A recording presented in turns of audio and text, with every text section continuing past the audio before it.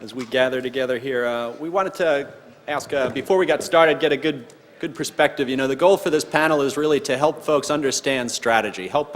We've seen a lot of great talks at the conference. There's a lot more on the agenda that have to do with tools, specific aspects of how to get tactical things done, how to build out and use new types of technologies. A lot of what we're trying to get at here with this panel and the intelligent data access control concepts is, what's the long-term vision that we're trying to get at, particularly for those of us who protect enterprises, who are dealing with high-value systems, complicated systems that are often supporting different business lines, multiple business lines, thousands of users, and real capabilities. So one of the things we wanted to do was bring together a diversity of folks from different industries with different backgrounds and the different elements in how they support folks. So we're going to do a short introduction here for each of us. I'm going to start myself. My name is Mark McGovern. I'm the founder of a local security company called Mobile Systems 7. We work helping enterprises deal with mobile technologies, obviously, and protecting sensitive data. So my background is working for the last 20 some odd years helping large enterprises, including the US intelligence community, UK National Lottery, Pfizer, Microsoft, and others adopt new capabilities to secure their data. Prior to founding the company that I lead today, I led security investments for In-Q-Tel, which is the investment arm of the US intelligence community. I led their security investments for the past 9.5 years. So I'll be taking it from the perspective of, one, moderating the panel and helping guide us through our path here. And two, sort of, what does someone who's trying to build a product or someone who's trying to build out technologies bring to the table, and what are they thinking about, and how do they drive advances that we want to see in the long run? So if we start here with Craig. Sure. How you doing? My name is Craig Rosen. I work for a large utility in California called Pacific Gas and Electric. We have about 9 million customers, gas and electric, 20,000 employees, pretty diverse enterprise, mobile workforce, things like tree trimmers, pole climbers, things like that. And we also have lots of bright new shiny things that want to come into our environment now and in the future with things like smart grid. So my role in the company, I'm the Director of Technology, Risk, and Strategy, which is a fancy word for, I'm the translator between the business and the technology side for security. So I often call myself the so what guy.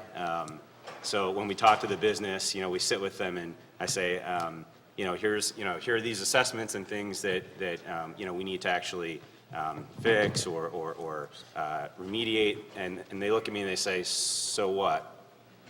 And I have to answer that question, obviously, with data and kind of talk about the aspects of risk. So again, I'm the translator. Happy to be here to talk about access controls today. Certainly something that we are trying to deal with strategically, and we look forward to the discussion. Good afternoon. My name is Bob Bigman. I have a large company of 2 people, myself and my wife. She's the business end. I'm the computer security consulting. I'm the former Chief Information Security Officer at CIA, where identity management was one of 273 things that kept me up at night, but certainly was at the very top. I spent many years working the whole identity management issue from a local and from a strategic perspective, trying to make it work across multiple applications, on multiple desktops, trying to recognize different users with different characteristics. It's something that we were laughing. I said, of my 30 years at the agency, I probably spent 1 year attending meetings and conferences just talking about identity management. It was that important to us and took that much time. So I'm also very, very interested in eventually seeing this problem solved. That's what really would be great. So thank you. Hi, my name's I'm David Ferriero. I'm the group manager of Secure Systems and Applications Group and at NIST in the Computer Security Division. So my perspective is a little bit different maybe from these other gentlemen in that I've been doing research pretty much my entire career. I started off at NSA in 1983 at the Computer Security Center and dealt with access control issues I went to the private sector for a few years and developed DoD applications that implemented various forms of access control. And since I've been at NIST since 1990, I've been exclusively doing research in access control. Some of my origins of interest started at NIST with role-based access control. We like to think that maybe we had something to do with its appearance and standardization and deployment.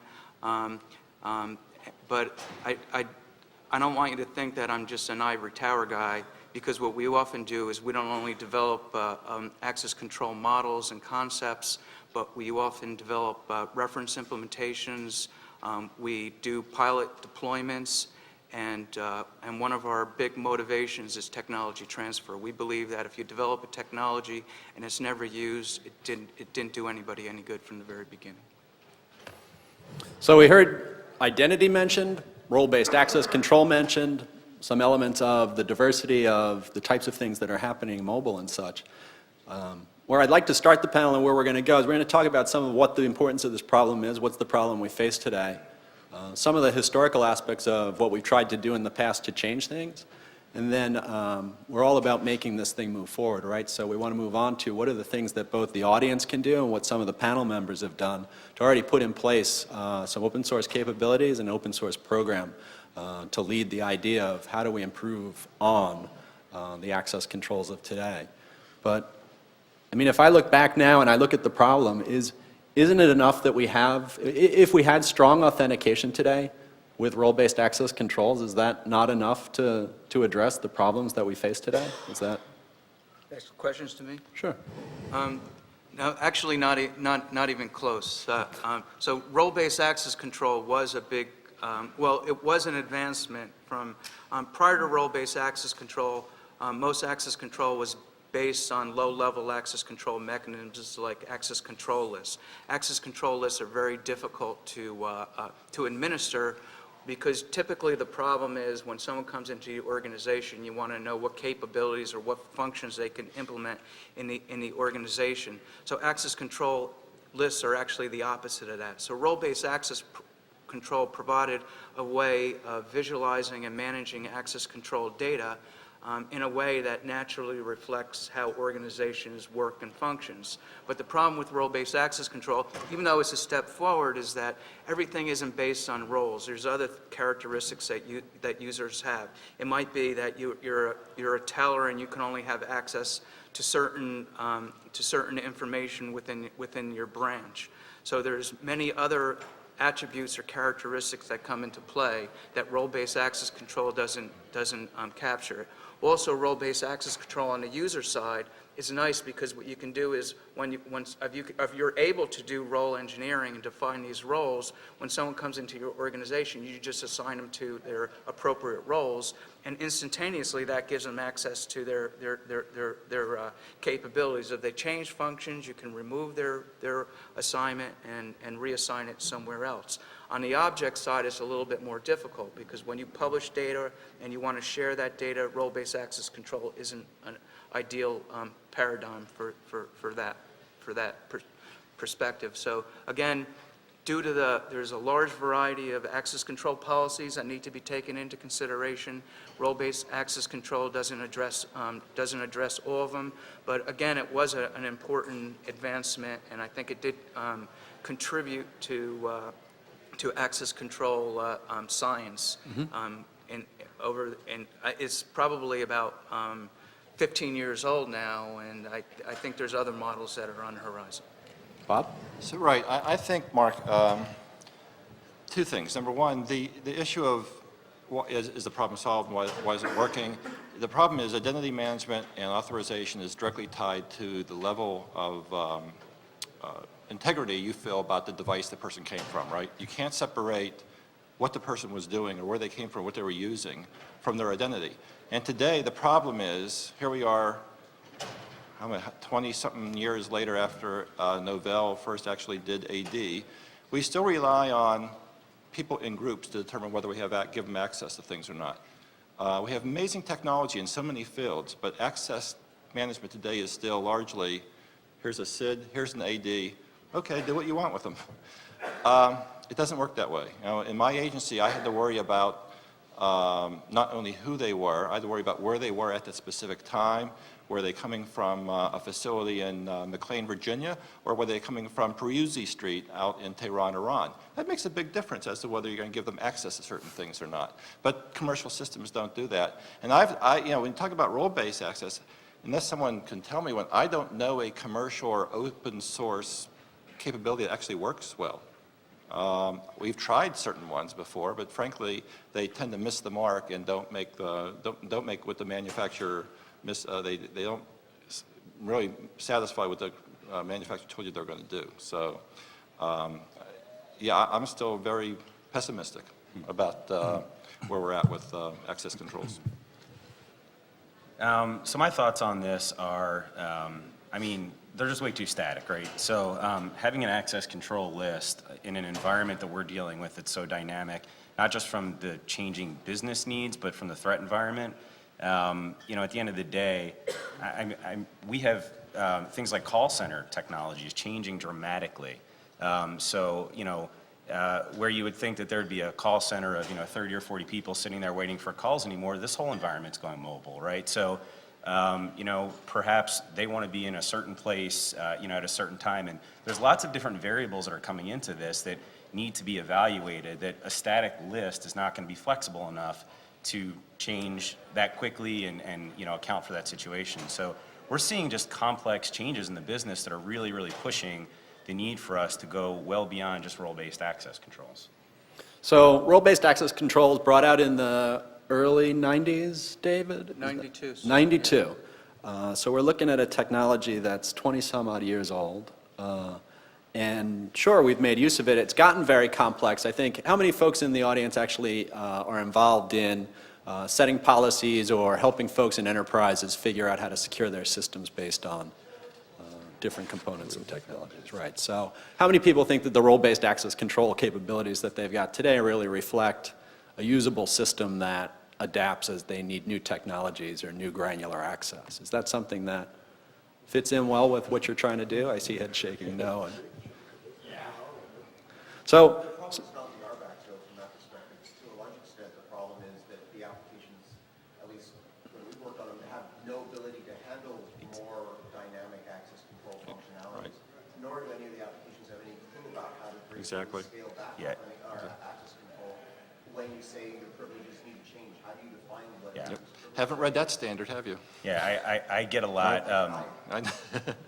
We get a lot of, you know, here's a new application coming in, and you know there are two roles, administrator and everything else. So that's what we're defining, and we kind of just sit there and shake our heads and say it's got to be a little better than that. So it's tough in the world that's moving all about us, right? So we've got an increasing number of endpoints that we have perhaps no trust in, but varying levels of trust, right? We no longer can rely on owning a Wintel endpoint at the endpoint, right? Androids, iOS, whatever RIM becomes, Microsoft, and others, right? So we have this diversity of endpoints, we have the diversity of applications, and ultimately, what does the ideal access controls, in a world where you don't control the endpoints, what sort of decisioning or authorization capabilities is the ideal solution? What would be the types of capabilities? We heard some of them mentioned there, you know, adaptive to certain things, but what are the types of things that you want to be able to do as the enterprise with that ideal system? I can start us off. You know, I'll tell you one thing that's a challenge right now, and maybe that'll highlight what we need to do better, is that we've got tool silos all over the place, right? So, you know, every enterprise is dealing with this, and we've got to hire this guy to do DLP, this guy to do database access management. So when I think of ideal solutions, I really think of pulling this stuff together, centralizing it and consolidating it so that we can have some expression of policy, some similar taxonomy that makes sense across these multiple tools that can actually be consumed by them, right? And, you know, there are models out there, there's ACML and things like that, but not a lot of enterprises have really built this internally in their four walls. I think mobile's putting a lot of pressure to improve those capabilities and come up and be more flexible to build those kinds of models. But that's a challenge that we deal with. I'm curious, you know, if other folks deal with that challenge. I would imagine that, you know, the tool silos aren't going away tomorrow. And, you know, we talk about standards-based and I talk to the vendors and then they sit there and they roll their eyes. I'd say it'd really be great if, you didn't have two policies, one in the cloud and one on-prem.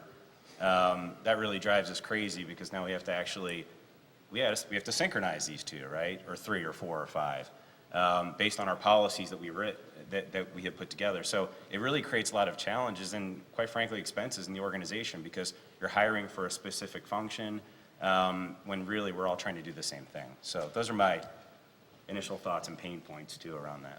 Good. I would say two things as well. The first one is the ability to assert trust even in an untrusted device, an untrusted network. And I know that's extremely hard, but I don't think enough intellectual energy, frankly, has been thrown at it. And if you look at it, the stupidity of the company aside, the RSA two-factor authentication with the ACE server and the ID has still, frankly, worn well over time. But there's got to be better than that. I just haven't seen it either out in the marketplace. And the ones you do are really kind of tricky and foolish. Like there's one where the phone calls you. You get a call on your cell phone. So you're going to accept someone's Android's getting a call back with a PIN. They're going to put that PIN back into the. I'm not trusting that. So anyway, so we need a better way of asserting trust at the end device. And number two, flexibility. I mean, we need to have, as you said before here, we need to have greater flexibility in how I determine, and it's going to be done relatively quickly, what I give this individual access to based on certain attributes of their device, who they are, where they're at, what time of day it is, what environment they're in. We don't have, I've never seen a capability like that. If we had those two things, I might feel a little bit more comfortable about considering this one resolved. David? Yeah, I'm too big on breaking down the silo problem.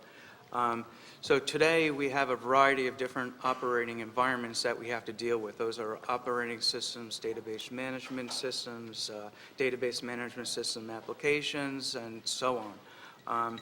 Each one of those operating environments support different data services. Each of those data services recognize different operations and object types. How do you comprehensively express and enforce policy that can be enforced over those operating environments? Take, for example, having a record and being able to distribute that record through an email application, allowing someone to be able to open up that record and only being able to see the fields for which they're authorized for. So access control needs to be flexible in its ability to express a wide breadth of access control policies. It needs to be comprehensive across your data services. If you can achieve that, you should be able to authenticate one time into this operating environment and be able to see and consume all the data. And you should only be able to access the data that you're authorized for. That comes pretty close to an ideal access control environment to me. It's a pretty all-encompassing type thing, right? So I can write a policy that's flexible, right? So the business decision makers and such can understand I've written policies at some level that cross a bunch of systems. I can adapt to the fact that I don't control endpoints in some variable way, right? So the context of how are you coming in, what device are you using, when are you coming in, what data are you using, what activities have you done in the past, arguably? It's agnostic, yeah. That it uses all that type of information that arguably the enterprise has access to already, right? And then at the same time allows me to do this in a robust standards way. Okay, so that's an ideal. What's a baby step? What's a thing that I can start if I'm looking at an enterprise today? What's a use case or a set of data that I can use that allows me to take that baby step forward? Is there one that you guys have encountered or that's been useful before? No.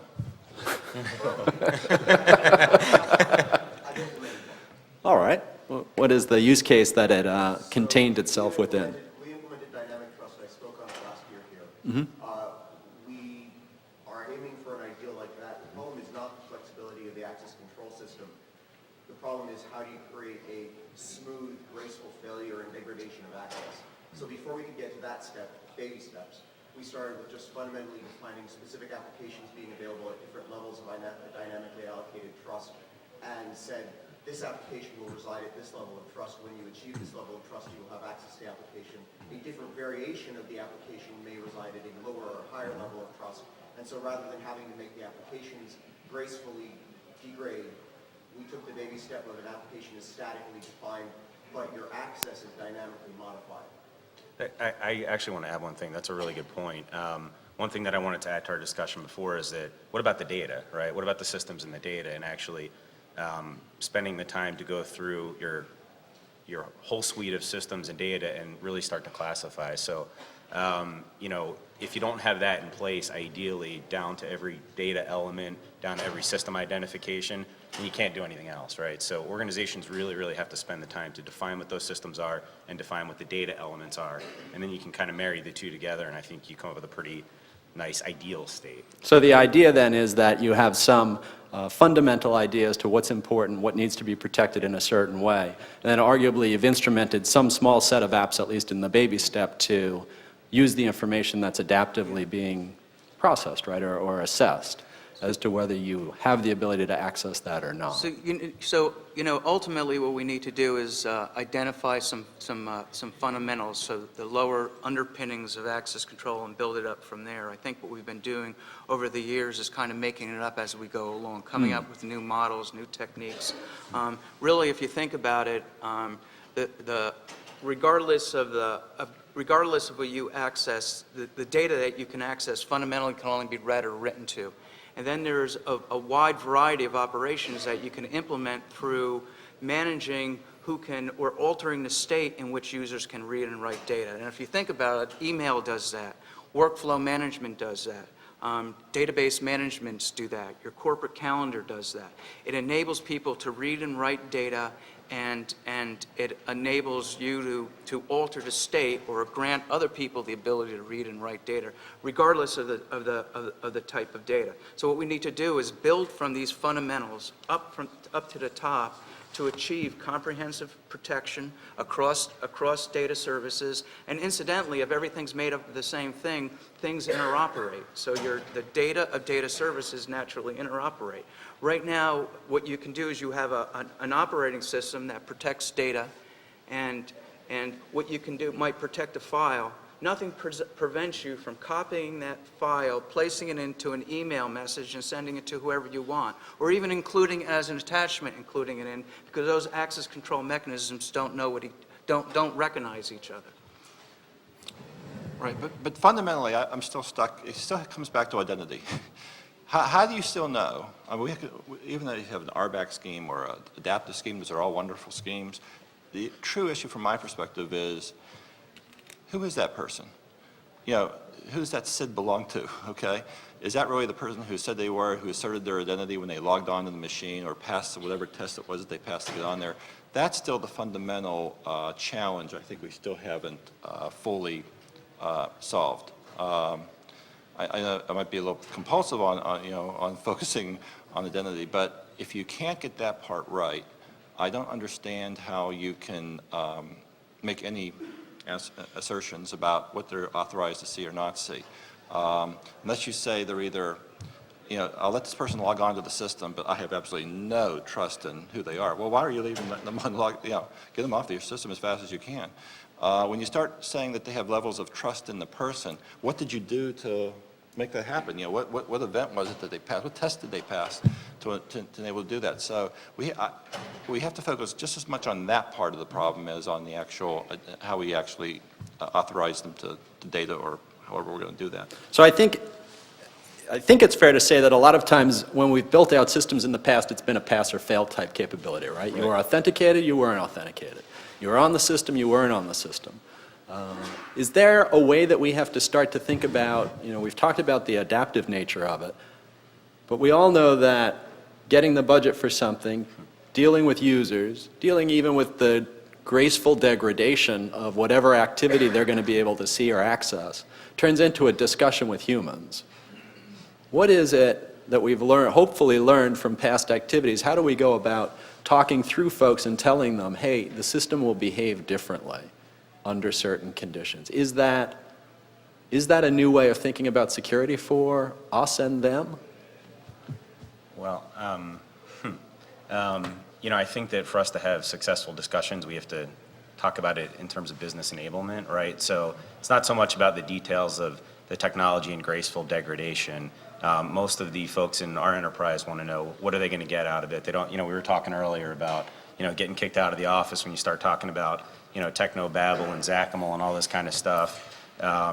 So to me, it comes really, but the discussions come back to business enablement. So what am I going to actually get out of this? And so those discussions have to be strategically focused.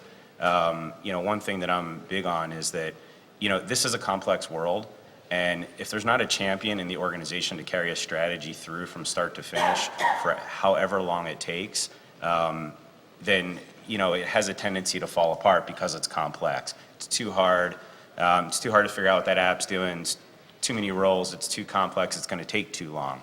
But if you start putting it in terms of enablement with things like mobile, well, you know what? I can get you that shiny new device and I can get you onto this application. You want to see that stuff on your iPhone, right? And let me tell you, the executives kind of go, oh, yeah, I definitely want to see that.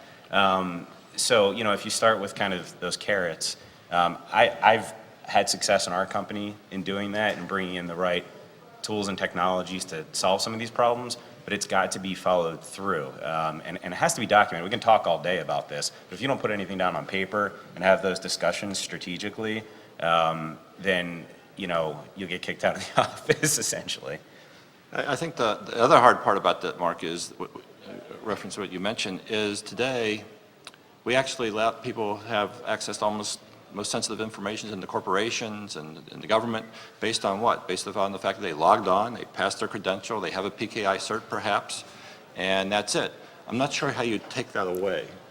Take away the You're perception saying- that they you're should saying- be able to you're access saying- it? Right, you're saying to do less. Well, that's how it works today. Frank, there is no additional test I know of to get the access to the country's greatest secrets or the corporate secret sauce in the company. It's based on you pass an ID test, largely a password, maybe a few other capabilities. You've got a PKI cert perhaps, and you're in. I don't know how we go back and say, well, we're going to change that, and either we're going to have more tests for you to pass, they're going to love hearing that, or you're just not going to see as much data as you used to see. I don't know how you put that toothpaste back in the tube there.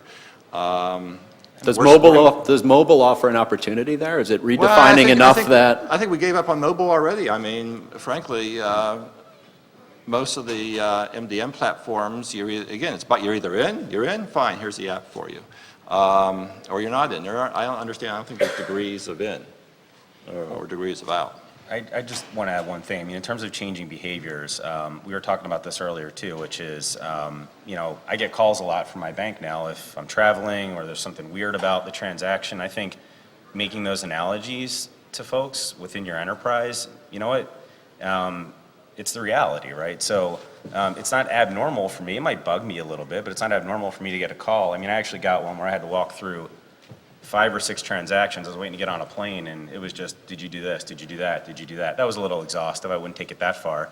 But in terms of changing the behavioral model, I mean, this is what's happening, right? It's not just about who I am. It's about who I am and what I'm accessing. So I feel like that credential is good to say, I'm Craig, but am I still Craig? Am I still Craig? Am I still Craig along the way? Hopefully the tolerance levels are becoming more acceptable for those types of things. So we talk about BYOD. BYOD is something that gets thrown out a lot. Some people think it's the future. Some people think it's crazy. It may be both for all we know. But our consumers and all of our users are consumers at some level, right? And they're being trained by other people in what to expect and not expect. Is there an advantage there to take care of? If the banks and the credit card guys and everybody else is watching somebody in a different way, is there an advantage that the enterprise should play off of as well? And how many enterprises take the trouble of saying, hey, I noticed that you logged in from 3 different entries in the past day and I'm suspicious, is it really you? And ask that question versus just continue to allow the access or not. Yeah, I'm actually surprised some of the companies who are in the authorization business haven't taken that lesson and modified their products or made that jump that, frankly, the banks even some of the lesser banks have made to ensure that those people performing those transactions are indeed that person. There's a real gap, a real gulf there. And again, as I said before, here we are 20-odd years later, and if you think about it, the foundation for almost all identity is Microsoft SIDS and your membership in an Active Directory. There's a lot of things that go on after that. You get SAML and Exactive. I mean, there's all ways of expressing that, but if you go back to where it began with you sitting behind a client workstation. Everything else is done better in the last 27 years. This is one area that has been moribund. It hasn't gone anywhere. So if you look at some of the banks, I mean, there's some argument that the banks don't do anything unless their auditors tell them to, right? So the American auditors, or I should say the regulators, basically laid down requirements that said, you have to do a risk analysis, you have to do something other than passwords. And that's when we all started to see this, you're logging in from a computer that I don't normally see you from, answer these questions. The EU regulators have literally told the European banks, you are not allowed to trust the endpoints. Figure out how to deal with security. Is there some element of enterprises or oversight that says, we should be doing things? The Americans have secondarily, even 2 years ago, issued guidance to the banks that said you have to watch behavior. Online banking activities, you have to watch behavior. Is there an element that says that enterprises should lay down similar policies or requirements? I would strongly support them, but I don't know where the Office of Computer Security Standards in the U.S. government is at these days, so. Well, it's well, maybe it's at NIST. I don't know. yeah. Well, there is a guidance on remote authentication, 863, and they tried to look at this problem. And I know within the federal government, based on the sensitivity of the data, you have to comply with different levels of rigor in that authentication scheme. So there is guidance in place. I would suggest that people take a look at 863. I'm not an expert in that area, but there is some guidance. I'd like to pick up on something that you mentioned earlier, but where people authenticate themselves and they're given a huge volume of data, and you can't just take that away. It may be more data than they need to have access to, and you just can't do it because they can't perform the job. One of the founding principles of access control is least privilege. You should only be able to have access to the information that's necessary to perform your job. All the other data is not, even though it may not be a bad thing to have access to, it could eventually do harm. That's really where policy comes into place. You need to be able to access information in accordance with policy. One of the problems is that access control mechanisms are very weak in their ability to express and enforce enforce policy. Yeah, and I'm sure there's some out here, but if you've ever been an AD administrator for more than 100 people trying to figure out multiple combinations of groups, given a certain object of data, you can make yourself absolutely crazy, and a number of us have actually made ourselves crazy. It's very hard to do. It's really hard. Yeah, I understand least privilege very, very well, but believe me, in practice, it's a lot harder to do than it is, and getting it wrong has a big cost as well, by the way, if you're overly conservative, than getting it, making it too liberal. So there are not tools that allow you to do this easily. That's another problem. So, David, you mentioned the idea of writing policies and the idea of making them. Yeah, writing down a policy and implementing are two different things. It's often the case that even I know at NIST, it's someone who does research in the area of access control and sees what is possible and then sees the state of the practice. Just let me go take a step back. Access control is hard, and we've been working on it literally for 40 years. And probably of all the disciplines of security, access control is probably the least mature today. That being said, it's still, we're in this mode where you're told, don't put sensitive data on memory sticks. Don't take sensitive information and put it and share it through your email. Those are procedures that break down. The very people who have are motivated to violate those policies are the same people you're saying don't do it to. So you can't rely on those things. And access control policies need to be able to be flexibly expressed, flexibly enforced, and they should be comprehensively enforced. And I don't believe it's impossible to do. I think it is possible. It'll take a little while before. So from a theoretical perspective, in a laboratory we could demonstrate these things, but to actually deploy it and have it be in widespread use is going to be an uphill battle. Takes work, right? Takes people being involved and different communities looking at it. So what is some of the work you've been doing on the policy machine in this regard and sort of helping people get a foothold on it? As I mentioned earlier, I was a big part of role-based access control. I really do believe that was a step forward. But over the years, we've seen that there's been various flavors of role-based access control. There's been ABAC. There's been the policy model du jour keeps coming out. And what we tried to do is take a step back and identify the fundamental underpinnings of access control and build what you could think of as a general-purpose access control mechanism. We refer to that as the policy machine. As we've been doing that research, we've identified a number of data elements and relations that are capable of expressing a very wide breadth of access control policies. As we've been conducting our research, those numbers of elements and relations have only gotten smaller, and the policy machine's power in expressing and enforcing policy has gotten larger. We've also noticed that, as I mentioned before, that data can only fundamentally be read, and many operations can be implemented as read-write or change in the state in which users can read and write data. That's send. So there's a wide variety of data services. So the policy machine is an access control framework that's capable of expressing a rich set of access control policies and capable of expressing a wide breadth of data services to include email, workflow, database management, enforcing policy comprehensively across those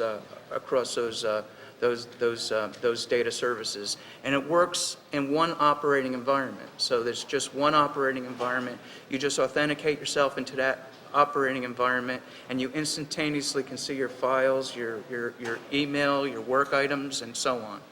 So this is the type of thing, though, that you're now open sourcing. Is that correct with the Yeah, NIST? so what we've done is, as I mentioned before, we don't just write papers. We develop formal models. We run tools against those models to make sure they're internally consistent. We develop reference implementations, and what we have now is we have a reference implementation of the policy machine, and it's kind of like in a cloud-like environment. And this spring, we're going to offer that software up as an open source solution. That's great. And you've already got a website online under the NIST site for the policy machine for folks who want to Right. start looking at the papers Right. that have been written and some of the background. Have you posted it up on GitHub yet, the actual code? Not yet. We're still in the process of working on our minimum viable product, and we think that's going to be available in the spring. We hope that other people will be inspired by the policy machine and what its capabilities are. We have our own applications that we've developed. We're hoping other people will make those better or develop new applications. And again, it works comprehensively. So again, if you cut a field out of a record, paste it into an email, and email that to 12 different people. If they're not able to read that field of that record, they're not going to be able to read the message. Cool. So I know we're looking for a lot of folks here. If you've got interest in the access control stuff and capabilities, basically the sort of start looking at the open source opportunity that NIST is bringing to bear here and sort of jump on it and Mark, can I and start just to say one help. more Sure. thing? Not necessarily about the policy machine, but access control doesn't only pertain to users. Really, users don't access information, processes do. And processes, processes access data based on the privileges of a user. But, and that's why processes are vulnerable to Trojan horse attacks, and is because they can do things that the user can do, and the user doesn't even know it.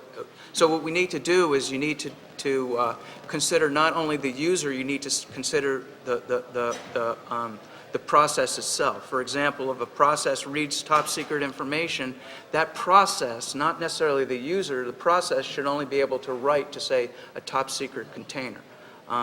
And what you're able to do with that is enforce a wide breadth of confinement policies, not only mandatory access control, but things like only doctors can read medical information. So what you should be able to do is say only doctors can read medical information, and either through a Trojan horse, forwarding an email, copying and pasting, that information shouldn't be able to be leaked to anybody who's not a doctor. So doing access control down to the process level is also very important.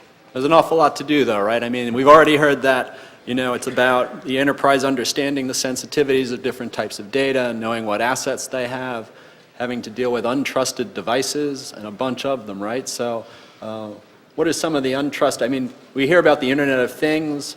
We've got mobile devices already here. At some point, BMWs are already reading emails, calendars, and doing things. Thermostats, clock radios around the corner. Pacemakers, yeah. All of these things want to access capabilities and technologies.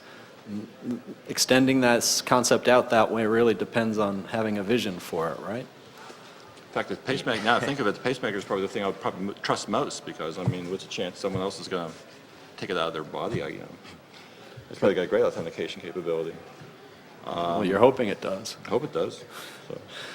So, I can comment on some of that too, is, we've got a world changing in the utility landscape when it comes to smart devices. Eventually we'll see thousands and thousands of smart devices controlling things like power. And we are in a place where we've got to be strategic. We've got to communicate not just across physical and logical space, but we have to actually talk about converging operational technologies and information technologies, and we need to have those conversations. And we're starting to have really, really good conversations where IT wasn't really welcome at the door.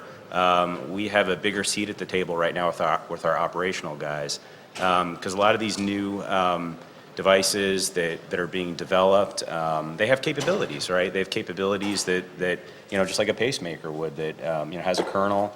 And so, we spend time really trying to put this framework together to ensure that we're meeting those demands. And that's about ensuring, safety and security in the supply chain, all these kinds of things that you have to get in front of to ensure the integrity and the security. For us, I mean, it's critical infrastructure, so it's pretty important. Make it work all the time. Yeah. I mean, that is one of the differences between a lot of other things we've done in the past, whether it was GRC or SIM or something else, right? Access control is in line, right? Yes or no? Yes, no, or something else? Wow. True? I mean, absolutely. Yeah, I mean, it's How's absolutely. it work any other way? Well, here's what's interesting. I think of this one is really preventative and detective controls, and there aren't a ton of enterprises out there that actually deploy their technologies in prevent mode, which I think would be the definition of an access control, right? You don't allow it to happen in the first place. Instead, you rely on your SIM. So you go into some kind of detective mode, you push data out to your SIM. Your SIM's got to be quick enough, nimble enough to actually respond. So detect and respond is really important, right? But how quickly can you do it? And is that really an access control? Well, it's after the fact. No, they're already in the front door, so you haven't really prevented access. It helps, but I feel like part of the reason that we don't put these things out there in prevent mode is because there's, in most enterprises, there's not a large tolerance for disruption. And this goes back to spending the time to actually define these policies in the way that make them effective, so that you can have that confidence level to actually deploy these things in a prevent mode. You can be super quick and nimble and detect and respond, but when we get to a point where we've got to prevent, we've got to go into prevention mode. So, I think that having the right policies in place to be able to do that it's going to increase how we protect our environments, for sure. The other thing I'd add, Mark, you asked a great question about what are the baby steps? What are things we can actually do now? I'm not so sure how much us as customers, consumers of these services can actually do. I think it really, we need to have a better cooperation and a new way of thinking between vendors, both software, hardware, operating system, and the government, to work together to really focus more on, and I know Howard Schmidt tried to do this a lot when he was in his role at cyber security czar, is to focus more on how do we really work the trust issue, right? What are the fundamental things we have to do in all our systems to ensure some high level of trust in the identity of the individual. Once you do that, it's not that the rest is going to be easy, but I think there is you can see a solution. You can see a way out of the tunnel, right? But that, from my perspective, has to be the starting point, because whether you use a model or what do you call it, the policy engine? Policy machine.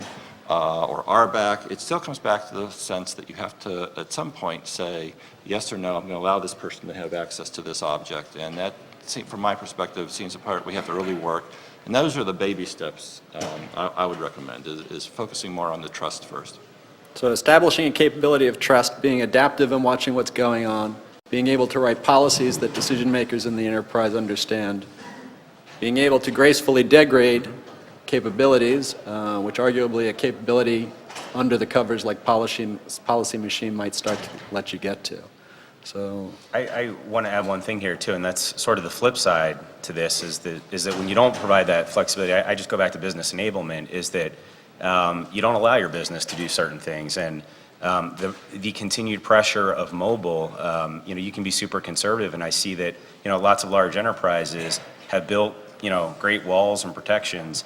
But we have to answer these questions. We've got to provide more nimble access. The world is changing, so the culture is changing. We can't continue to just remain in our four walls, even though even if it's a fortress and it's big and it's 9 feet of concrete, we still have to address this nimble type of access that's occurring right now to enable the business to do what they need to do. awesome. So I'll open it up for questions if there are any from the audience, folks who want to ask about some of the experience some folks have had, or some of the Or have solutions. or have solutions. I'll start right here. I came here because I'm hoping to learn more things about strategy, because I have a real strategic problem. Collecting data is, in and of itself, my biggest vulnerability. I work at Sound Circle. We're trying to produce products that protect people's privacy. The best way to protect somebody's privacy is to not have the information. If I don't have it, I'm not vulnerable. And then there's all this, how do I control access to it? But it causes me no end of problems, because my developers would like to log things so that they can debug the product. The IDS wants to know who's attacking us. But every piece of information I have is a risk, because I'm trying to protect privacy. And before I came here, I never thought about that as a risk. I mean, in any company before, so Well, welcome to our hell. it's like, no, more information, more information. I'm a big picture guy. I can hold hideous quantities of information in my head, and I always thought that was a good thing. And now it's, no, any information I have, somebody could get it. So to repeat, and I know that because of the recording and some folks online, so the question is, the sheer act of collecting information that you might potentially use to be adaptive and be contextual and make real-time decisions on, potentially violate or undermine the privacy that many of us value. And so how do you wrestle with the fact that you want to enable the capabilities for one side, but the other side has a competing goal or interest? And it's hard, right? I mean, it's... Yeah, I don't have the answer. I mean, you have an answer? No, this is the magic wand here. If every piece of data could somehow identify itself, wake up, call home, talk about its sensitivity, talk about, where it is, where it lives, what it's doing. Obscure itself when necessary? That would be great. Still looking for those. I do think there is at least a separation of certain problem sets. and something that I know that we give a lot of thought to, is there are certain times where the asset being protected and the infrastructure collecting the information is sort of, you're touching my asset, so to speak. And I have a right to know that. And I'm protecting my asset. And so in that regards, when you come to me, there's an awareness that you're interacting with me. As opposed to watching a consumer who's out there, and this is, I do think, one of the BYOD challenges is BYOD in some ways, when enterprises want to put an agent on the device, very often, very normal, very sane people say, I don't want my employer watching me. And so how do you set up a system that effectively doesn't have an agent on the endpoint, and doesn't trust the endpoint as much, but is watching when it interacts with them? And is that enough? And that's sort of, I think, part of the risk management question for the enterprise, I think. But No, this doesn't directly address your question, because that's interesting. I think one of the themes here is access control is really hard. I really believe that. Glad you came. But one thing I will say is that people should be able to share data, but you should be the owner of that data. You should be able to stipulate the policies under which your data can be accessed. So access control, almost by definition, is a federated problem. Different entities should be able to publish their data, establish the attributes, establish the access control policies, and those need to be honored by other organizations. I think it's a completely legitimate question, and I particularly in the consumer side of the world, I think it's a very big I question. hate to sound like a bureaucrat, but this does speak to standards. This is something where industry and the government need to sit down and come to some agreement on what can be collected, how it can be collected, and what's the way to secure it. And that would be a big help if they would do that. And of course, there's the one flaw in that is that I'm out to protect my customers' privacy, and some of them are concerned about those entities that are passing those standards being the ones that are collecting what they don't want collected. Absolutely. One other characteristic that's also very Democracies important. are hell. At one of the underpinnings of privacy is being able to determine who has access to your data. So it's often the question, who has access to my medical record? But if that, it's again, read access is very transitive. Write access isn't transitive, but it's almost impossible to determine who has access to your data. No system can give you any confidence, can tell you with confidence that they know who has access to your data unless you can do confinement. All right, so we're being given the hook, and I hope that this was useful. I want to encourage folks to talk to the panelists who will be here the rest of the conference and get involved with the policy machine. There's a question there. And I'm sorry? I think there's a question there. We don't have, I'm sorry, they're We're getting dragging us. us. I think we have to get off the stage is what I'm doing. All right. They're throwing us out. Yeah, we're out of time. All right. Okay. So thanks for everyone, and